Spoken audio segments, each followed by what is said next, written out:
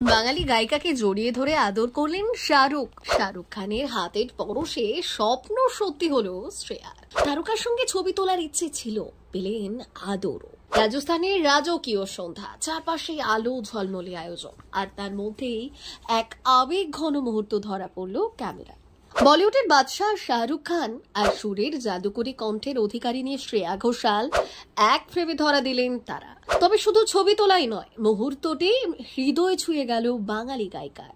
জয়পুরের এক নামী পুরস্কার বিতরণী অনুষ্ঠানে উপস্থিত ছিলেন শ্রেয়া ঘোষাল।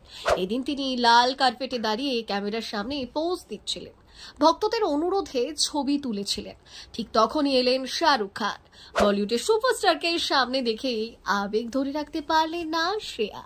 এক মুহূর্ত দেরি না করে শাহরুখকে ছবি তোলার অনুরোধ করলেন তিনি।